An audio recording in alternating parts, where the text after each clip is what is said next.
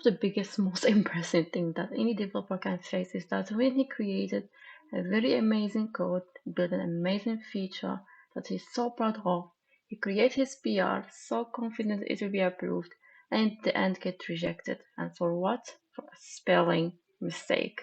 It's really embarrassing at some point. So the Visual Studio Code offers us a very good extension which calls code spell checker. So if I install this one, it's installing, and then I go back to my code.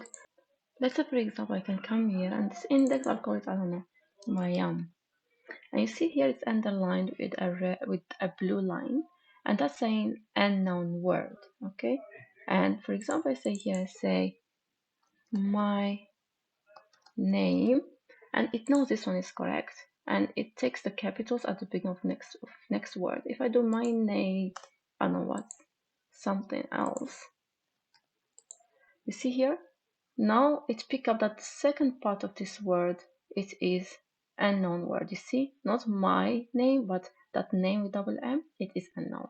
So this one's really useful tool, and I will highly recommend for any front-end developer, get this in Visual Studio Code so they can avoid you some embarrassments.